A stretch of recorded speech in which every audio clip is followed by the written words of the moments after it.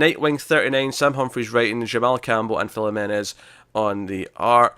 Jamal Campbell was the same artist who did the start and end parts of the last flashback issue, which, that was a good part of that issue in terms of the art. And again, it kind of mirrors what Chang's been doing.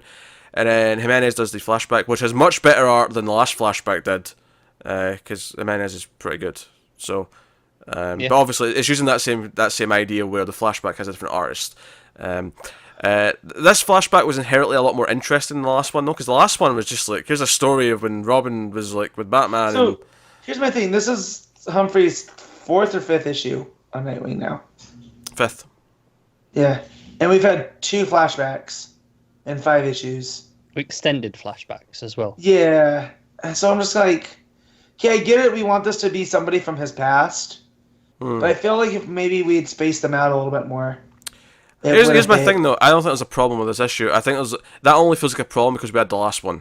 The last one was the one that was meaningless. Yeah, I that's what I mean. disagree with that, though. I think this issue feels really overwritten compared to usual. Oh, no. I prefer this one to that mess of one. Oh, this is better than that, don't get me wrong. Yeah, but compared to the other issues, this is why I said earlier, I feel like Chang is having more of a say than maybe you might think.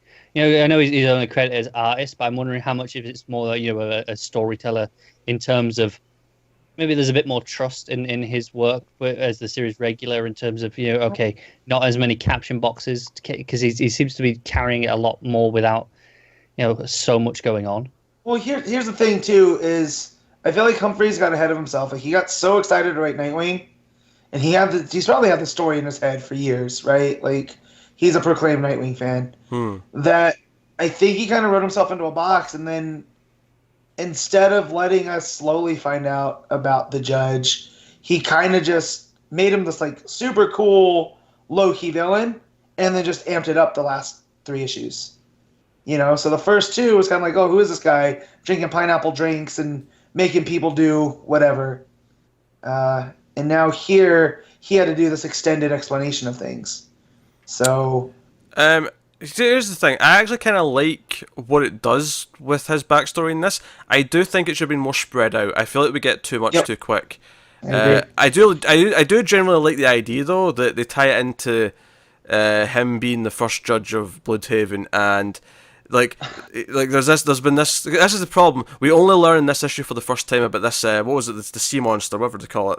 The Sea Butcher. Sea Butcher. Yeah. They talked about it last time because you had who's this Bullock? Svoboda reading to her daughter before she left, and she's like, "Well, I don't want the Sea Butcher to get me." Right? I didn't recall that reference, but yeah. But that's been it. And then they kind of hinted that it was Guppy's dad who was the actual Sea Butcher all those years. So that's cool. That's a cool part of the mystery. But here, just to be like, nope, it's the Judge. He's got these, wonky powers. He has to return to the sea. I was just like, man, this could have been cool going longer. I think they're really great ideas throughout this issue, but I feel the execution's kind of really clunky and poor, which is why I feel like, okay, maybe Chang was doing a bit more in the storytelling and refining the way it was told. Yeah. Well, that's the thing. I don't know if it's that. I think the other possibility is he thought he may have had more issues. Yep. And then after a few, he was told, no, you've only got this much left, and he's like, oh shit. And he maybe had to condense it in a little bit, because I really feel like this was a lot of information crammed in. I feel like we need another issue building up this Sea Butcher, and then kind of like connect them together maybe later. So you get that moment where you're like, oh crap, the Judge and the Sea Butcher are the same guy. Like, Yeah, as it is, I'm like, no, okay, sure. No. Yeah. But I like the Judge as a villain still. That doesn't change it. Like, I like how his entire origin is that you can be seen from different perspectives. He's kind of a good guy.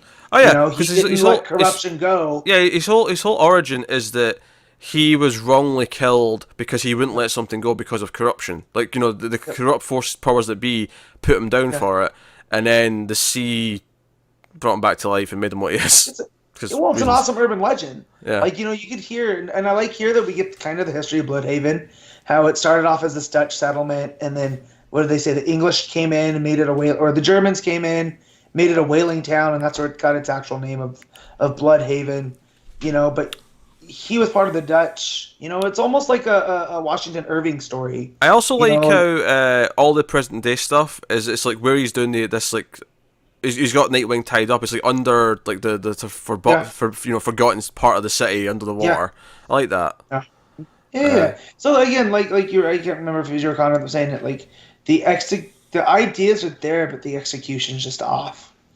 Yeah. So I don't think things like the monks actually took him in, and he actually joined that church. I think that's something really fascinating that could have been explored to take this guy go down that religious line, because that's why he sews his eyes shut, is because of that stuff. He chooses to do that. Yeah. I think that should have been spread out at least over 2 issues. What we actually get in here, and I think. I like most of the individual things on their own, and I think it is a vastly superior issue to that last flashback issue. Because that one I outright hated. I just thought it was terrible. Yeah. This one, the best thing we got out of that was Baby Ruthless. Oh yeah, and this issue, I actually still kind of like it. I just think it's a bit more problematic because it is squeezing in too many things. But I wouldn't call this a bad issue by any means. No, and I'm still not getting how he can compel people to if you're fighting corruption. It seems like, instead of actually fighting it, you're creating it to have something to destroy. I don't get how his powers work with that. How he compels people. We still may get that, though. That's not necessarily something that's off the table yet. That's true. So, just something I was not a fan of in the flashback. This might seem petty. I don't know.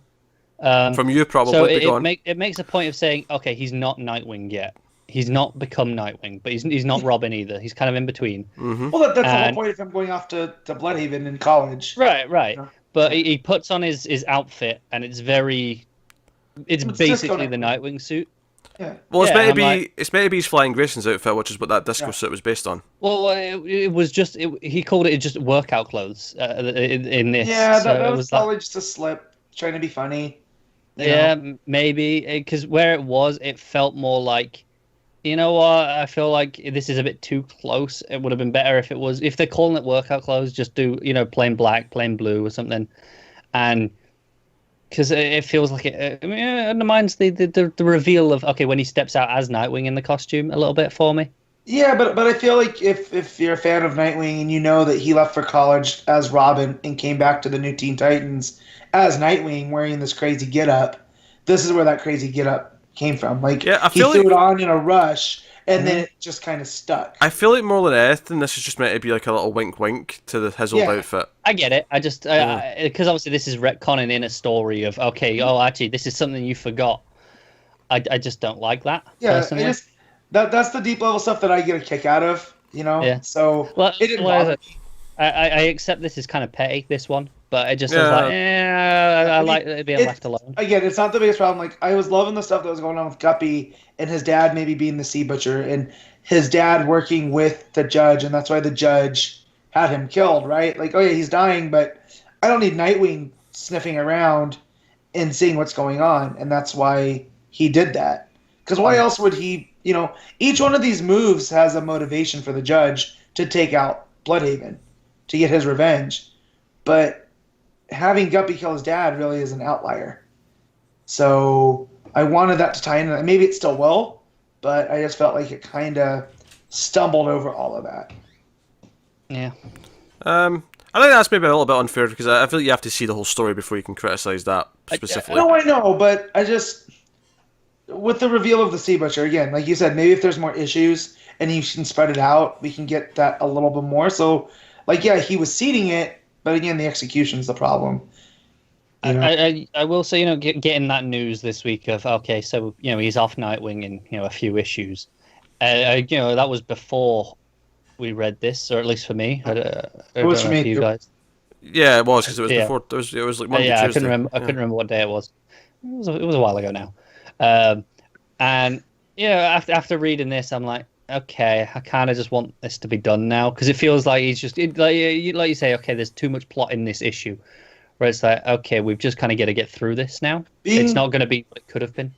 Yeah, being a fan of all of Percy's Green Arrow, right, from New 52 onward, I'm very excited to see what he does in Bloodhaven with Nightwing and this cast that Seeley and now Humphries has kind of built up from Rebirth. that said, I kind of want to see what Humphries had planned on the same hand. So Yeah. it's this weird, like, And I'm excited, but I also don't want Humphries to be over too quick. And I also wondered, what was Humphries moving on to then? Is he getting all DC book, or is that him done? Well, I know he's got an Image book starting later in the year. That was But part it of that. feels like it was written just for Connor and James. Hey, it's Jen Bartel on art, and her stuff is phenomenal. Check her out on Twitter. It's just gorgeous work.